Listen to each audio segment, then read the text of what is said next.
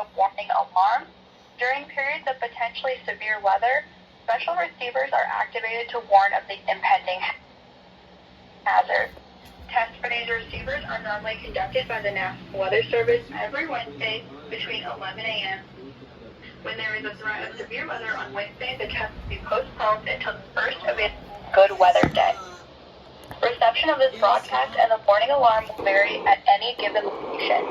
This variability, normally more noticeable at greater distances from the transmitter, will occur even though you are using a good quality receiver in perfect service condition.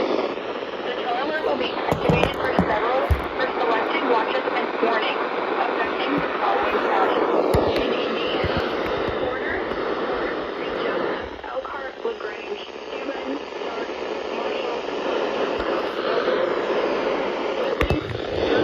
Miami, Huntington, Wells, Adams, Blackford, Pulaski, and Jay. In Ohio, Williams, Fulton, Defiant, Henry, Paulding, and Van Wert. And in Michigan, Berrien, Cass, St. Joseph, Brant, and Hillsdale.